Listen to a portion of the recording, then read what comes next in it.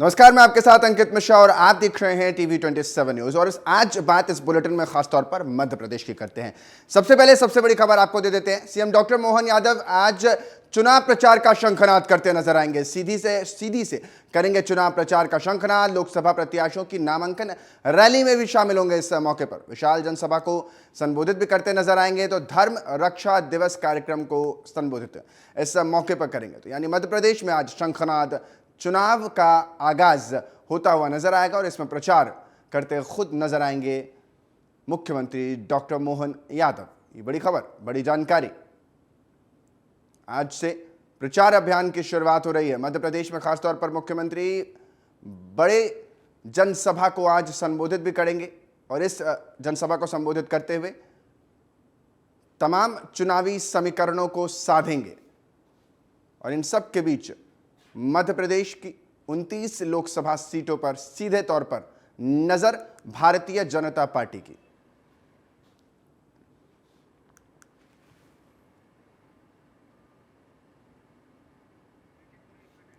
तो साफ तौर पर आज बड़ी जनसभा रैली करने जा रहे हैं मुख्यमंत्री डॉक्टर मोहन यादव। और इस जनसभा के जरिए जनता का जो रुख है वो भारतीय जनता पार्टी की तरफ हो जाए। 29 सीटों पर पिछली बार भारतीय जनता पार्टी ने 28 सीटें हासिल करी थी। और आज अगर बात करें तो इस रैली के जरिए मुख्यमंत्री केंद्र और राज्य की योजनाओं को बताते भी नजर आएंगे और साफ तौर पर अपने लिए रुख भारतीय जनता पार्टी के फेवर में करेंगे। नीरज श्रीवास्तव मेरे साथ लाइव जुड़ चुके हैं भोपाल से ब्यूरो हेड हमारे साथ बने हुए हैं। नीरज, आज ये जो बड़ी तस्वीर निकलने वाली है, शंखनाद हो रहा है मध्य प्रदेश में और खुद मुख्यमंत्री इसमें शामिल रहेंगे। केंद्र और राज्य दोनों की स्थिति को कैसे लोगों के बीच बयां करेंगे कि चुनाव में सारा जो समीकरण है वो भारतीय जनता पार्टी के फेवर में आ जाए? देखिए, बिल्कुल। हालांकि अगर चुनावी शंखनाद की बात हम करें तो चुनावी शंखनाद जो है तो बीजेपी काफी पहले से कर चुकी है। यानी कि विधानसभा चुनाव का रिजल्ट आते ही जिस तरह से बड़े बड़े जो नेता हैं, जितने भी विधायक हैं, सभी अपनी अपनी जो विधानसभाओं में हैं वो लोग वो वहां जाकर लोकसभा की तैयारियों में जुट गए थे। सबसे पहले पूर्व मुख्यमंत्री शिवराज सिंह चौहान रिजल्ट घोषित होते ही छिंदवाड़ा पहुंच गए थे, क्योंकि बीजेपी ने कहीं ना कहीं एक टारगेट बना रखा है, वो मिशन 29। यानी कि जो एक सीट जो है कांग्रेस के कब्जे में छिंदवाड़ा की, उसको भी कांग्रेस के हाथ से छुड़ाना है। यानी कि 29 सीटें जो मध्य प्रदेश की हैं वो अपने कब्जे में करना। तो कहीं ना कहीं इसको लेकर शुरू से ही तैयारियां चल रही है। चाहे बूथ विजय अभियान की शुरुआत की गई, जिसमें हर नेता मंत्री या फिर प्रदेश अध्यक्ष तक जो है बूथ जो मंडल अध्यक्ष हैं उनके घर पर गए, 2 घंटे रुके, वहां के लोगों से मुलाकात की और सभी कार्यकर्ताओं को निर्देशित किया गया कि 2 घंटे तक बूथ को मजबूत बनाने के लिए वहां पर रहना है। इसके अलावा बात की जाए मुख्यमंत्री डॉक्टर मोहन यादव की, तो वो भी जिस तरह से देखा गया चुनाव के पहले अलग अलग विधानसभाओं में गए, तमाम सारी सौगातें बांटते हुए नजर आए। महिलाओं को चाहे वो लाडली बहना योजना की या फिर युवा हितग्राही हैं उनसे संवाद हो या फिर युवा हितग्राहियों को नियुक्ति पत्र वितरण कर रहा हूँ, तो तमाम कार्यक्रम जो है आचार संहिता से पहले मुख्यमंत्री डॉक्टर मोहन यादव करते नजर आए। और आज विधिवत जो है आज से मुख्यमंत्री डॉक्टर मोहन यादव सीधी, डिंडौरी और जबलपुर से चुनावी शंखनाद करने वाले हैं। यहाँ वो जाएंगे, सबसे पहले जो है सीधी में जाएंगे। सीधी में जो राजेश मिश्रा हैं उनकी रैली में शामिल होंगे, उनका नामांकन पत्र दाखिल करवाएंगे। उसके बाद डिंडौरी जाएंगे, जहाँ पर रानी अवंतीबाई की जो समाधि स्थल है वहां पर माल्यार्पण करेंगे। इसके अलावा जनसभा को भी संबोधित करेंगे। तो कह सकते हैं कि आज से मुख्यमंत्री डॉक्टर मोहन यादव मिशन 29 में जुट गए हैं और जिसकी शुरुआत उन्होंने जबलपुर, डिंडौरी और सीधी से की है। जी नीरज, लेकिन जिस सीट का जिक्र आप भी कर रहे हैं और मैं भी कर रहा हूं, यानी छिंदवाड़ा की सीट, यह हमेशा से मोदी लहर में 2014 का चुनाव हो या 19 का हो, इनमें भी यहां सेंध नहीं लग पाई, ये किला नहीं भेद पाए। इस बार इसको भेदने के लिए खास तौर पर छिंदवाड़ा सीट को लेकर के कमलनाथ के क्षेत्र में कैसे कमल खिलाया जाएगा, इसकी क्या कोशिश भारतीय जनता पार्टी कर रही है? देखिए, इसकी जो कोशिश है, यानी कि एक ही सीट ऐसी है और कहीं ना कहीं छिंदवाड़ा एक ऐसा गढ़ है जो कि पूरी तरह से कमलनाथ का गढ़ माना जाता है, क्योंकि वहां से ना तो बीजेपी को विधायक मिल पाते हैं, यहाँ तक कि नगर पालिका अध्यक्ष या फिर नगर निगम अध्यक्ष तक बीजेपी को नहीं मिले, जनपद सदस्य तक नहीं मिले। लेकिन कहीं ना कहीं छिंदवाड़ा में सबसे बड़ी छूट जो है बीजेपी ने डाली है चुनाव से पहले ही, छिंदवाड़ा के कई सारे कार्यकर्ता, कमलनाथ के कई करीबी कहे जाने वाले नेता बीजेपी में शामिल हुए। अब इसके बाद बात की जाए छिंदवाड़ा को लेकर तैयारियों की, तो जिस तरह से देखा गया कि जैसे ही विधानसभा चुनाव के परिणाम आए, पूर्व मुख्यमंत्री शिवराज सिंह चौहान खुद सबसे पहले छिंदवाड़ा पहुंच गए। वहां पर लगातार लालजी बहनों से संपर्क किया, लोगों के बीच गए, लोगों से संवाद किया। इसके अलावा देखा जाए तो अभी कैलाश विजयवर्गीय को वो महत्वपूर्ण जिम्मेदारी दी गई है। अब कैलाश विजयवर्गीय जो है वो छिंदवाड़ा में रहेंगे, कम से 2 से 3 दिन वहीं रहेंगे, वहाँ की जनता को संबोधित करेंगे, वहाँ के कार्यकर्ताओं से मुलाकात करेंगे। तो कहीं ना कहीं इस वक्त पूरा जो फोकस है वो छिंदवाड़ा पर बना हुआ है, क्योंकि एक वही सीट है जो बीजेपी के पास नहीं है। बाकी इसके अलावा भी बात की जाए, जिस तरह से आदिवासी वर्ग की यदि हम बात करें, तो आदिवासी वर्ग भी पिछले विधानसभा चुनाव में देखने को मिला कि बीजेपी के पाले में नहीं आया। तो तमाम प्रयास जो है बीजेपी यहाँ करती हुई नजर आ रही है कि लोकसभा चुनाव में किसी भी हाल में मिशन 29 को पूरा करे, और जो वोट शेयर है उसको बढ़ाने का पूरा प्रयास बीजेपी करती नजर आ रही है। क्योंकि बीजेपी ने जो टारगेट रखा है वो हर वोट का 370 वोट बढ़ाने का है, यानी कि 370 वोट बढ़ाने का, यानी कि वोट शेयर जो है 51% से अधिक ले जाने का। तो इस तमाम प्रयासों में बीजेपी जुड़ रही है, और बीजेपी के तमाम आला नेता है, चाहे वो मुख्यमंत्री हो, चाहे कैलाश विजयवर्गीय हो, या फिर अन्य बड़े नेता हैं, उन्होंने जो है जनता से सीधे संपर्क करना शुरू भी कर दिया है। ठीक है नीरज, और ये जो जानकारी आप दे रहे थे, बड़ी महत्वपूर्ण जानकारी आप हमें दे रहे थे। आप लगातार बने रहे, दर्शकों को अगली खबर की तरफ ले चलते हैं। भोपाल लोकसभा चुनाव का बिगुल बज चुका है। पहले चरण के आज से नामांकन होने शुरू हो जाएंगे। मध्य प्रदेश की 6 लोकसभा सीटों पर मतदान। छिंदवाड़ा, सीधी, शहडोल में पहले चरण में मतदान। मंडला, बालाघाट, जबलपुर में पहले चरण में मतदान होने हैं। 27 मार्च तक भरे जा सकेंगे तमाम नामांकन के फॉर्म। तो ये जो सीटों का हम बता रहे हैं पहले चरण में यहां पर चुनाव होने हैं, इसको लेकर के आज नामांकन प्रक्रिया शुरू होगी। नीरज श्रीवास्तव लगातार मेरे साथ बने हुए हैं। नीरज, आज से ही ये पूरी प्रक्रिया शुरू हो जाएगी, और जिसका जिक्र किया जा रहा है, खासतौर पर हम ये मानकर चल रहे हैं कि पहले चरण में मध्य प्रदेश की इन सीटों पर भारतीय जनता पार्टी मजबूती के साथ लड़ेगी, और छिंदवाड़ा उनमें से एक है। नामांकन से लेकर के क्या कुछ तैयारी बीजेपी में देखी जा रही है, इसको लेकर खासा क्या उत्साह नजर आता है? देखिए, बिल्कुल आज से जिस तरह से जो है नामांकन की प्रक्रिया मध्य प्रदेश में शुरू हो रही है, और नामांकन की प्रक्रिया जब शुरू हो रही है तो मुख्यमंत्री डॉक्टर मोहन यादव खुद वहां पर रहेंगे। आज जिस तरह से सीधी में जो भारतीय जो राजेश मिश्रा है जो नामांकन भरने जाएंगे, इनके साथ आज खुद मुख्यमंत्री डॉक्टर मोहन यादव मौजूद रहने वाले हैं। यानी कि कहीं ना कहीं ये बताने की कोशिश की जा रही है कि जो भी प्रत्याशी चुनाव लड़ रहा है उसके साथ में आला कमान और साथ में लोकल पूरी बॉडी जो है सरकार की या फिर बीजेपी की कहे पूरी साथ में है। तो कहीं ना कहीं आज जिस तरह से जो नामांकन भरने प्रत्याशी जाएंगे, उनका नामांकन आज मुख्यमंत्री डॉक्टर मोहन यादव भरवाते हुए नजर आएंगे, और साथ में जनता को भी संबोधित करेंगे, और प्रत्याशियों के पक्ष में जो सभा लेंगे उसमें ये बताते हुए नजर आएंगे कि प्रधानमंत्री की गारंटियां किस तरह से पूरी हुई हैं। प्रधानमंत्री नरेंद्र मोदी ने जो गारंटियां दी थी, चाहे वो धारा 370 की हो, चाहे वो राम मंदिर निर्माण की हो, इसके अलावा जो इंफ्रास्ट्रक्चर मजबूत किया है, किस तरह से हवाई क्षेत्रों में काम किया है, धार्मिक क्षेत्रों में काम किया है, तो तमाम सारे बीजेपी के पास समय मुद्दे हैं बताने के लिए, जनता के बीच जाने के लिए। तो इन तमाम मुद्दों को, चाहे वो प्रदेश सरकार के हों, चाहे वो केंद्र सरकार के हों,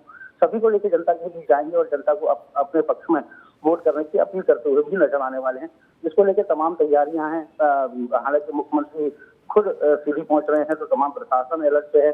नामांकन रैली की पूरी तैयारी कर ली गई है कि जब नामांकन रैली प्रत्याशी भरने जाएंगे तो मुख्यमंत्री डॉक्टर मोहन यादव उनके साथ में होंगे। इसके अलावा जनसभा को भी आज संबोधित करते हुए नजर आएंगे। दूसरी तरफ कांग्रेस की क्या तैयारी है इसी को लेकर के? नामांकन तो उनका भी होना है, तो उनकी क्या कुछ तैयारी है? तो देखिए, कांग्रेस की तरफ से अभी पूरी सीटें ही डिसाइड हुई हुई है। कल आज जो बैठक पूरी थी वो अब कल पर टल गई है। हालांकि कांग्रेस में देखा जाए तो कहीं ना कहीं अभी एक मत कांग्रेस नजर नहीं आ रही है, और इसके चलते जो सीटें हैं, हालांकि बीजेपी ने पूरी सीटें अपनी क्लियर कर दी हैं, लेकिन कांग्रेस ने अभी भी मध्य प्रदेश की जो सीटें लगातार की बैठकें होती रही, उसमें भी जो है निर्णय नहीं निकाल पाई है। फिलहाल देखा जाए तो कहीं ना कहीं कांग्रेस काफी पीछे नजर आ रही है, और अभी नामांकन अभी कांग्रेस का कौन भरने जाएगा, कब भरेगा, उसके साथ कौन होगा, ये कुछ भी अभी कांग्रेस ने डिसाइड नहीं कर पाई है। ठीक है, बहुत नीरज, आप हमारे साथ लगातार बने रहे और बहुत बारीक जानकारी आप लगातार हमें दे रहे हैं। दर्शकों को अब अगली खबर की तरफ ले चलते हैं। तो कल होगी कांग्रेस सीईसी की अगली बैठक। राजस्थान, मध्य प्रदेश और गुजरात पर इस बैठक में चर्चा की जाएगी। बैठक के बाद 18 सीटों पर प्रत्याशी उतारने की कोशिश कांग्रेस पार्टी करती नजर आई। कल होगी कांग्रेस की सीईसी की बैठक, जिसमें राजस्थान, मध्य प्रदेश और गुजरात पर खासतौर पर चर्चा होगी और इस बैठक में 18 सीटों पर प्रत्याशी उतारने के लिए कांग्रेस पार्टी चर्चा करने जा रही है। सीईसी की बैठक होने वाली है, कांग्रेस इलेक्शन कमेटी की बैठक है, तो साफ तौर पर कौन सा प्रत्याशी कहां से उतारा जाए राजस्थान में, मध्य प्रदेश में और गुजरात में, इसको लेकर के ये खास बड़ी बैठक होने वाली है। क्योंकि कहा तो कांग्रेस में ये भी जा रहा है कि कई नेता जो हैं वो पहले ही मना कर चुके हैं, शीर्ष नेता चुनाव लड़ने से लोकसभा का। अब इसके पीछे कांग्रेस को खासा दिक्कत का सामना करना पड़ रहा है। नीरज, आज जो ये तस्वीर बन रही है, एक तरफ बीजेपी प्रत्याशी उतार रही है, दूसरी तरफ कांग्रेस पार्टी की कल बैठक होगी जिसमें राजस्थान, मध्य प्रदेश की सीटों को लेकर के नया जो समीकरण है वो साधने की कोशिश, या यूं कह लें कि जो उम्मीदवार है उसको लाने की कोशिश। लेकिन इन सब के बीच बीजेपी हमलावर है, कह रही है कि आपको उम्मीदवार नहीं मिल रहे, सब भाग खड़े हो रहे हैं आपकी पार्टी में। देखिए, बिल्कुल जिस तरह से कांग्रेस में भगदड़ जो देखने को मिली, उससे अंदाजा लगाया सकता है कि कांग्रेस की स्थिति फिलहाल क्या बनी हुई है। चुनाव काफी नजदीक है, बीजेपी के जो प्रत्याशी हैं उन्होंने अपने नामांकन दाखिल करना तक शुरू कर दिए हैं, लेकिन अभी कांग्रेस ये डिसाइड नहीं कर पाई है कि आखिर किसको प्रत्याशी बनाया जाए। लगभग 18 सीटों के लिए माथापच्ची चल रही है। सीईसी की बैठक कल भी हुई और आज भी जो बैठक हो रही थी वो कल पर टाल दी गई। अब वो बैठक कल होगी और कल निर्णय लिया जाएगा कि मध्य प्रदेश, राजस्थान की जो सीटें हैं उन पर इन प्रत्याशियों को उतारा जाए। तमाम समीकरण साधने की कोशिश कर रही है, युवाओं को साधने की कोशिश कर रही है, अपनी गारंटियों को लेकर जो कांग्रेस है, तभी जिस तरह से मोदी की गारंटी जो ट्रेन चला उसके बाद कांग्रेस भी कहीं ना कहीं गारंटी देने लगी है, चाहे युवाओं को लेकर हो, किसानों को लेकर हो, महिलाओं को लेकर हो। लेकिन इतना लंबा समय और अभी तक प्रत्याशी तक पूरे डिसाइड नहीं हो पाए हैं कांग्रेस के। तो ऐसे में देखा जाए तो कहीं बीजेपी काफी आगे इस समय कांग्रेस से जो है नजर आ रही है और कांग्रेस में कहीं ना कहीं भगदड़ भी मची हुई है। साथ में ये भी जो विश्वस्त सूत्र बताते हैं कि कांग्रेस में कोई भी लोकसभा चुनाव लड़ने के लिए उनको प्रत्याशी नहीं मिल रहे हैं, यानी कि जो वरिष्ठ नेता हैं, जो वरिष्ठ विधायक हैं, उनके द्वारा मना कर दिया गया है लोकसभा चुनाव लड़ने को लेकर। इसके अलावा प्रत्याशियों की बात की जाए, आदिवासी चेहरों की तलाश कांग्रेस को है, युवाओं की तलाश कांग्रेस को है, महिलाओं की तलाश कांग्रेस को है। कई सारे, जिस तरह से पिछली बार देखा गया घटनाक्रम क्रम चला जिसमें पीछे जो पूर्व मुख्यमंत्री कमलनाथ हैं उनके बीजेपी में आने की अटकलें चलती रही, लेकिन कहीं ना कहीं ये बताया गया कि बीजेपी ने कमलनाथ को नहीं लिया। तो तमाम सारी इस समय दिक्कतें जो है कांग्रेस के सामने नजर आ रही हैं। जी नीरज, ये तो दिक्कतों का सामना कांग्रेस कर ही रही है, लेकिन दूसरी तरफ क्या कुछ नए नाम और युवा चेहरों पर दांव लगा सकती है? क्योंकि जब वरिष्ठ हट रहे हैं तो ऐसे में युवाओं को मौका मिलने की एक चलन जो लगातार बीजेपी में देखने को मिलता है, क्या वो कांग्रेस में भी मिल सकता है, उन्हें मौका मिल सकता है? देखिए, बीजेपी की यदि हम बात करें तो बीजेपी का संगठन है। बीजेपी में जो है लड़ाई झगड़ों की बातें की जाए, अंदर खाने बड़े ही कुछ होता हो, लेकिन बाहर उनकी वही बातें आती हैं जो वो खुद बताना चाहती है। लेकिन कांग्रेस की यदि बात की जाए, आपसी सूट आए दिन कार्यालयों में देखने को मिलती है, कार्यालयों में तोड़फोड़ कार्यकर्ता करते हुए नजर आते हैं। यानी कि कहीं ना कहीं संगठन जो है एकजुट नहीं हो पा रहा है। भले ही एक कमान जीतू पटवारी को दी गई पीछे की, उसके पीछे जो मंशा थी वो ये थी कि युवा नेतृत्व और लोगों को जोड़ के रखेंगे, कहीं ना कहीं और पार्टी को मजबूत करेंगे। लेकिन जिस तरह से जीतू पटवारी की के अध्यक्ष बने थे, जो वरिष्ठ थे, वो दरकिनार होते चले गए। उनको ऐसा लगा कि हमसे काफी जूनियर हैं और हमको आदेशित करेंगे। तो कहीं ना कहीं काफी सारी ऐसी जो चीजें हैं उसका सामना कांग्रेस कर रही है। फिलहाल देखना होगा कि कई बैठक में किन किन के नाम तय होते हैं, लेकिन ऐसा माना जा रहा है कि कल अपनी जो सूची है कांग्रेस पूरी तरह से जारी कर रही है। ठीक है, बहुत बहुत शुक्रिया नीरज, ये तमाम जानकारी देने के लिए। और तमाम देखिए जानकारी नीरज श्रीवास्तव हमें दे रहे थे और बता रहे थे कि क्या कुछ चुनाव की प्रक्रिया रहेगी और कैसे इसमें हर पार्टी अपना जोर आजमाइश कर रही है। अगली खबर की तरफ लिए चलते हैं। तो भोपाल में चुनाव के लिए कांग्रेस का गारंटी प्लान तैयार हो चुका है, जिसमें 25 गारंटियों को घर घर लेकर कांग्रेस पार्टी जाएगी। 5 मुद्दों पर लोकसभा चुनाव लड़ेगी कांग्रेस पार्टी। युवा, किसान, नारी, श्रमिक रहेंगे घोषणा पत्र के आधार, और इन्हीं आधार पर अपना आधारभूत ढांचे को और मजबूत करने की तरफ कांग्रेस पार्टी नजर आएगी। आधार और जनाधार दोनों ही कांग्रेस पार्टी खो चुकी है, और ऐसे में अब जनाधार को दोबारा दुरुस्त करने के लिए पार्टी के ये 5 मुद्दों पर लोकसभा चुनाव में लड़ने की तैयारी। मध्य प्रदेश की 29 लोकसभा सीटों पर 4 चरणों में होने वाले चुनावों को लेकर निर्वाचन आयोग ने अपनी तैयारी तेज कर दी है। तो मध्य प्रदेश के मुख्य निर्वाचन पदाधिकारी अनुपम राजन ने आज निर्वाचन सदन में प्रेस कॉन्फ्रेंस कर लोकसभा चुनाव को लेकर की जा रही तैयारियों की जानकारी दी। उन्होंने प्रेस से रूबरू होते हुए कहा कि एमपी में 4 चरणों में चुनाव संपन्न होंगे। मध्य प्रदेश में 5,64,76,110 वोटर हैं और अगले 5 सालों के लिए अपना सांसद ये चुनते नजर आएंगे। मध्य प्रदेश में 85 वर्ष से ऊपर के कुल 2,79,503 मतदाता हैं, जबकि 5,69,130 दिव्यांग मतदाता दर्ज हैं, जिनको घर बैठे मतदान करने की सुविधा भी सरकार की तरफ से, खासतौर पर निर्वाचन आयोग की तरफ से दी जाएगी। माफ कीजिएगा, 50% से ज़्यादा मतदान केंद्रों पर लाइव स्ट्रीमिंग होगी। तो वहीं ईवीएम मशीन, परिवहन वाली सभी गाड़ियों में जीपीएस लगाया जाएगा।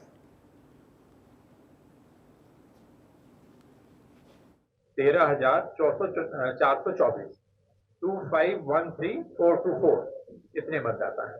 तो इंदौर में हाईएस्ट नंबर है, छिंदवाड़ा में लोएस्ट नंबर है। जेंडर के हिसाब से जब हम देखते हैं, तो जेंडर रेशियो हमारा जो सबसे कम है जिस पार्लियामेंट में, वो भिंड है।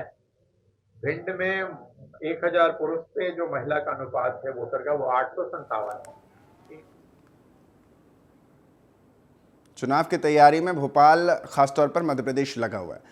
लोकसभा चुनाव की तैयारी जहां जोरों पर है, वहीं सभी दलों की नजर आदिवासी वोट बैंक पर भी है। हालांकि पिछले विधानसभा चुनाव में आदिवासी वर्ग बीजेपी पर ज्यादा मेहरबान नहीं रहा था, पर इस बार बीजेपी को यह यकीन भी है कि यह वर्ग प्रधानमंत्री नरेंद्र मोदी की गारंटी पर भरोसा दिखा पाएगा। साथ ही प्रधानमंत्री नरेंद्र मोदी की हर घर नल से जल योजना कितनी कारगर साबित हो रही है, साथ ही प्रदेश में आदिवासी वर्ग का मूड क्या है, ऐसे ही सवालों को लेकर हमारे ब्यूरो हेड नीरज श्रीवास्तव ने पीएचआई कैबिनेट मंत्री संपत्ति उइके से बातचीत की है। अब जरा सुनवाते हैं क्या कुछ उन्होंने कहा है। पीएचई मंत्री संपत्ति उइके जी इस समय हमारे साथ हैं। उनसे जानेंगे कि आखिर लोकसभा चुनाव काफ़ी नज़दीक हैं, लोकसभा चुनाव को लेकर क्या तैयारियां हैं और उनके जो विभाग है उसमें जो योजनाएं चलाई जा रही हैं उनकी क्या स्थिति है। मैम, टीवी 27 न्यूज़ में आपका स्वागत। धन्यवाद। मैम, सबसे पहले एक राजनीतिक सवाल करते हैं। लोकसभा चुनाव हैं काफ़ी नज़दीक, आदिवासियों की बात करें, आप आदिवासी वर्ग से आती हैं, क्या लगता है कि पिछली बार विधानसभा में आदिवासी वर्ग बीजेपी के पाले में नहीं आ पाया पूरी तरह से, इस बार क्या लगता है लोकसभा चुनाव में क्या स्थिति बनने वाली है? चूँकि पूरे मध्य प्रदेश में हमारे 29 सीट हैं और 29 सीट में 6 आदिवासी सीट है और पिछले बार भी जिस तरीके से माननीय यशस्वी प्रधानमंत्री जी और माननीय हमारे राष्ट्रीय अध्यक्ष आदरणीय नड्डा जी के नेतृत्व में, आदरणीय मुख्यमंत्री शिवराज सिंह चौहान जी के नेतृत्व में पिछले बार चुनाव हुए थे, उस पे हमारे पूरे 6 के 6 सीट आदिवासी सीट जीते थे और 28 सीट हमारे टोटल मिलाएं तो 28 सीट भारतीय जनता पार्टी की झोली में थी। 1 सीट मात्र छिंदवाड़ा की हम लोगों के पास नहीं थी। इस बार भी हम लोगों की पूरी कोशिश है संगठन की और हमारे माननीय यशस्वी मुख्यमंत्री जी की कि इस बार भी हमारे पूरे 29 की 29 सीट जीतेंगे। जिस तरीके से इस बार हमारी 6 महिलाओं को टिकट दी गई और ये बहुत बड़ी बात है। 33% लोकसभा और विधानसभा में तो बोला गया है अगले बार, पर भारतीय जनता पार्टी एक ऐसी पार्टी है जो हमेशा महिलाओं को आगे लाती है और मुख्य धारा से जोड़ने का काम भारतीय जनता पार्टी करती है। मैं आप लोगों को विश्वास दिलाती हूं कि 29 की 29 सीट जिस तरीके से यशस्वी प्रधानमंत्री जी ने देश के लिए इतने सारे काम किए हैं, महत्वपूर्ण भूतो न भविष्यति, ऐसे कामों का माननीय प्रधानमंत्री जी ने किया है। आदिवासी समाज की बात करें तो जिसको मैं यदि पीएचई मंत्री होने के नाते जिस तरीके से एक साधारण परिवार की बहन को आज माननीय यशस्वी प्रधानमंत्री जी ने, हमारे यशस्वी मुख्यमंत्री मोहन यादव जी ने मुझे जो जिम्मेदारी पीएचई विभाग का दिया है, निश्चित ही मैंने जिस तरीके से देखा कि आज़ादी के बाद जैसा हम लोगों के लिए काम होना चाहिए, जनजाति समाज के लिए काम होना चाहिए, वो काम नहीं हुआ था। तो बिल्कुल उनको पूरी तरह से विश्वास है कि इस बार जो है पूरी सीटें जो है बीजेपी जीतेगी और कहीं ना कहीं जिस तरह से देखा जाए हर घर नल से जल योजना की जो योजना है वो काफ़ी तेज़ी से चल रही है और उस पर काफ़ी काम भी हो रहा है। कैमरामैन आमिर के साथ नीरज श्रीवास्तव, टीवी 27 न्यूज़ भोपाल। तो आप मंत्री को सुन रहे थे, संपत्ति उइके जो बता रही थी कि कैसे इस बार चुनाव में वो जाने वाली है। तो अब बात छत्तीसगढ़ की सुन लेते हैं और आपको छत्तीसगढ़ की खबरों से अपडेट कर देते हैं। मुख्यमंत्री विष्णुदेव साय का बस्तर दौरा, और आज इस बस्तर संभाग के दौरे पर मुख्यमंत्री विष्णुदेव साय रहने वाले हैं। दंतेवाड़ा में कार्यकर्ता सम्मेलन में भी इस मौके पर शामिल होंगे। नारायणपुर के बेलौर में सीएम जनसभा को संबोधित करेंगे। दोपहर 3 बजे रायपुर वापस लौट आएंगे विष्णुदेव साय। तो यानी आज का ये दौरा मुख्यमंत्री विष्णुदेव साय का होने वाला है। 3 बजे वापसी रायपुर की तरफ लौट आएंगे मुख्यमंत्री विष्णुदेव साय। और खासतौर पर जब से चुनाव शुरू हो रहा है और चुनाव को लेकर के नारायणपुर के बेलौर में सीएम जनसभा को संबोधित करेंगे और इस जनसभा संबोधन के बाद 3 बजे रायपुर वापस लौट आएंगे विष्णुदेव साय मुख्यमंत्री छत्तीसगढ़। तो ये बस्तर दौरे के दौरान जनसभा को जनसभा संबोधन के बाद दंतेवाड़ा में कार्यकर्ता सम्मेलन में भी शामिल होने के लिए आज मुख्यमंत्री विष्णुदेव साय पहुंचेंगे और नारायणपुर के बेलौर में सीएम एक जनसभा को भी इस मौके पर संबोधित करते हुए नजर आएंगे। शाम 3 बजे रायपुर के लिए वापस सीएम विष्णुदेव साय निकल जाएंगे।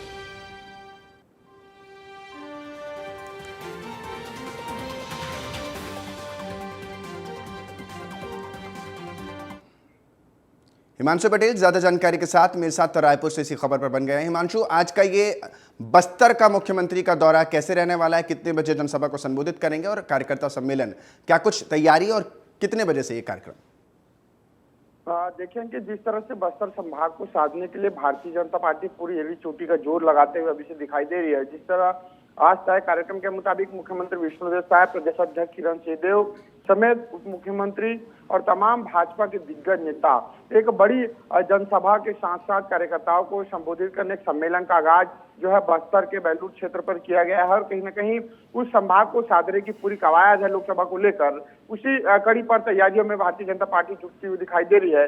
जिस तरह से पूरी कार्यकर्ताओं की हुजूम वहां पर लगेगी और कार्यकर्ताओं को संबोधित करते मुख्यमंत्री साय नजर आएंगे। और पूरे प्रक्रिया की बात कर ली जाए तो लगातार आज जिस तरह से बस्तर संभाग यानी आज लोकसभा चुनाव को लेकर प्रथम चरण का चुनाव जो कि 7 तारीख से होना है, जिस तरह से होना है और कहीं ना कहीं इस चुनाव को लेकर प्रथम चरण के चुनाव जो कि बस्तर से ही संभाग से ही चुनाव प्रथम चरण में है, ऐसे में आज से उसके नामांकन का सिलसिला शुरू हो चुका है।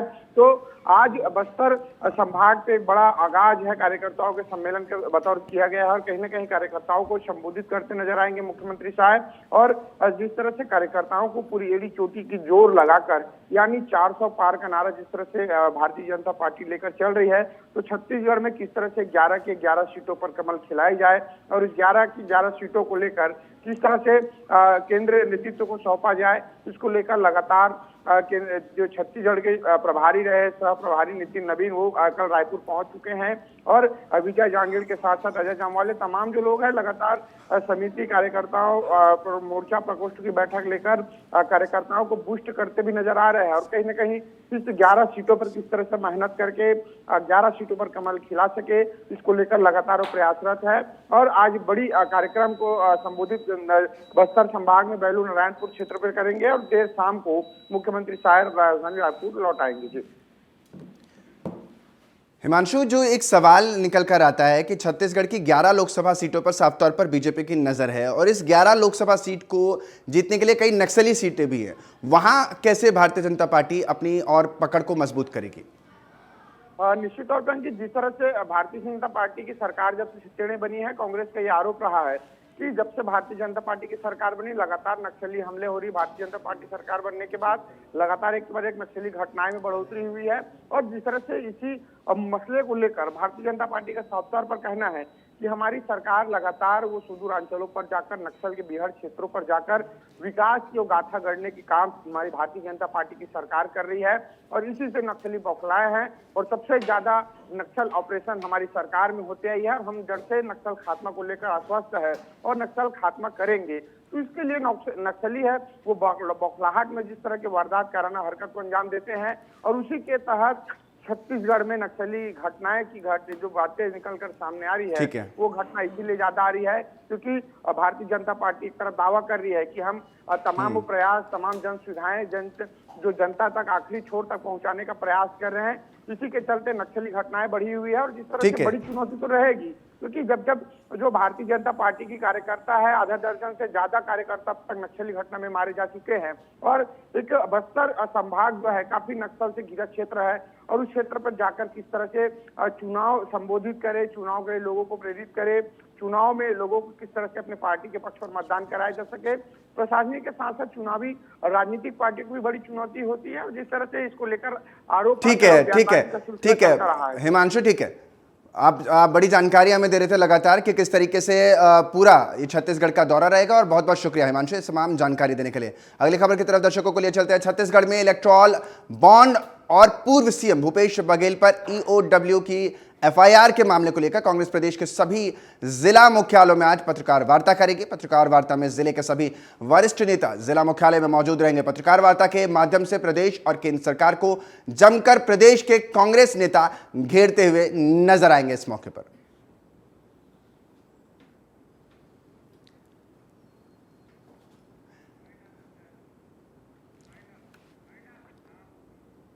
फिलहाल के लिए बुलेटिन में इतना ही। आप बने रहे हमारे साथ, देखते रहे TV27 न्यूज।